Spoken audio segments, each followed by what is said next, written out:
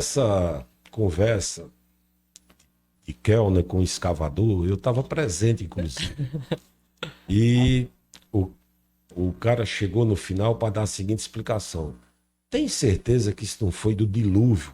Que os peixes nadaram quando cobriu tudo? Do dilúvio? Secou, ficou aqui. Aí eu ainda continuei a pergunta e fiz. Muito bem, talvez tenha sido do dilúvio. Mas por que é que não tem esses peixes em Quixadá? Por que é que não tem lá em Minas Gerais? Ou por que é que não tem na Bahia? Então ele disse, eu não sei não, mas ainda tem para mim que foi o dilúvio mesmo que trouxe. Esse era cético até o final, né? Mas olha, pessoal, a respeito daqui já ter sido mar, quando diz que o sertão vai virar mar, isso faz total sentido. A terra é dinâmica. A gente é que dura pouco. Mas se a gente for parar para pensar, o que está em cima vai descer. A lei da gravidade não é possível ser revogada. Como já quis até alguns vereadores, né? Pois é. Então, aqui, um dia, vai estar tudo dentro do Oceano Atlântico. Sempre que chove, a água que desce da chapada é barrenta. Essa água barrenta vai levando um pouco da chapada, vai descendo pela bacia do Salgado, vai um dia desaguar esse sedimento lá na foz do Jaguaribe, ali Aracati, por ali. Então está se formando lá uma bacia sedimentar. Então tudo aqui vai para aquela bacia, para o final dessa bacia que está se formando.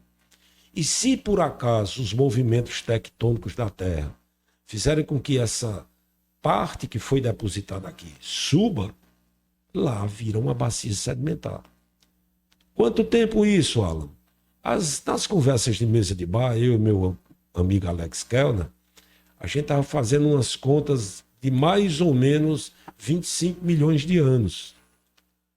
E como lá tem muito sedimento de matéria orgânica, é possível que se forme uma bacia petrolífera.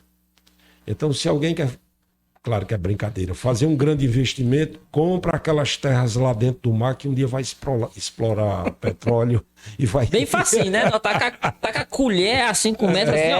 Espera um pouquinho, o tempo geológico é bem pertinho do seu, né?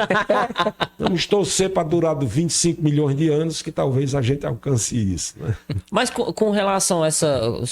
você acabou de falar, né? Que a gente encontra fósseis de peixes aqui, e fósseis de um modo geral aqui, que não encontra na Bahia, em outros locais, com relação a essa coisa de aqui já ter sido oceano. Mas encontra na África. Encontra na África. Então, no caso, assim, o mar, ele já teve aqui especificamente em cima do Ceará ou do Cariri. Sim. E não em outros locais do Brasil. Como se fosse assim. Sim, mas em cima... olha, vamos pensar na seguinte coisa. Como era esse cenário lá no Cretáceo, quando aqui era mar, ou quando a água marinha cobria esses substratos aqui? Primeiro, no Cretáceo foi um período de alto aquecimento global. A média de temperatura da Terra, se junta onde está frio e onde está quente, dá mais ou menos de 16 graus. No Cretáceo, essa média era de 28 graus. Então, facilmente, você encontrava no horário de meio-dia no Cretáceo uma temperatura de 60 graus. Nossa. Então, o mundo era diferente e não tinha calota polar. O nível do mar estava muito alto. Por isso, e claro, aqui não tinha sofrido o soerguimento que sofreu há 35 milhões de anos. Tinha um creche, uma quebra entre o Pernambuco e a Paraíba. E esse lastro todinho, basicamente, ele estava afundado. E esse lastro afundado é o que a gente chama de bacia, era uma depressão. Os rios corriam para dentro. Então aqui já foi rios caudalosos, no Jurássico, um conjunto de lagos interligados. Aqui já foi grande lago, como na época da formação Crato. até que a água invadiu o continente. Então aqui não tinha assim um mar que você tivesse ondas, pegar surf, não, seria quase que uma laguna. E foi esse material que foi sendo depositado aqui em condições especiais.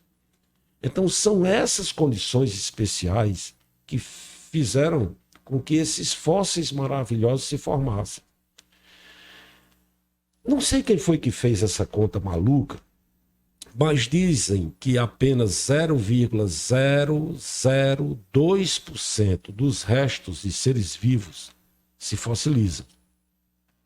É muito pouco.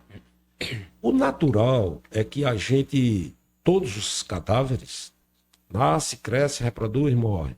Todos os cadáveres, ele entra dentro dos ciclos biogeoquímicos. Então, o que é um ciclo biogeoquímico? É ser desmontado todas as moléculas orgânicas e transformado nos elementos, nas coisas mais simples. Por um acaso, aqui teve, dentro do fundo de um lago ou de uma laguna, não tinha energia para destruir os cadáveres, não tinha força na água. Morria, afundava. Depois, a água era altamente rica em íons cálcio e magnésio. Depois, a atmosfera da Terra, que era bem diferente da atmosfera de hoje, porque a quantidade de gás carbônico era muito alta. Então, a gente tinha em torno de 1,8% a 2,2% da atmosfera de gás carbônico. Para vocês terem uma ideia do que é isso, hoje em dia a nossa temperatura tem a nossa atmosfera tem 0,4% de gás carbônico. Quando a gente inspira, entra 0,4%. Quando a gente expira, joga 4% de gás carbônico na respiração em média. Então, se a gente fosse para o Cretáceo e desse uma carreira, a gente caía um quarteirão depois sem fôlego. Então, essa atmosfera altamente rica em gás carbônico permitia que o CO2 fosse reagindo com o cálcio que está na água e começasse a precipitar, pulverular carbonato de cálcio no fundo dos lagos. Se por acaso tivesse uma mortandade, uma mortalidade em massa, então morria praticamente tudo que estava no lago. Não tinha a quantidade de agentes detritívoros, comedores de carcaça, que desse conta daquela imensidão de defunto. Então eles afundavam, caíam no limbo, iam sendo cobertos por essa poeirinha de precipitação contínua de carbonato de cálcio, e aí eles ficavam como dentro de um sarcófago natural. Aí depois ainda tem outra condição, que é não ter tido diagênese, ou seja, uma alteração na composição das rochas ao longo do tempo. Na Grécia, Itália, Turquia, aconteceu isso. Mas por que lá não tem fóssil? Porque lá teve diagênese. O carbonato de cálcio se transformou em mármore. Então eles ficaram com mármore, nós ficamos com fósseis. Os fósseis. E os fósseis têm mais valor, né? Sou suspeito para falar isso. Né? No caso, para o que eu venho entendendo, só lembrando, sim, pessoal, sou leigo de vizinho de pai e mãe. No caso, foram as situações típicas desse momento histórico, sim, que propiciaram que houvesse. Então, se fosse hoje, não aconteceria da mesma forma.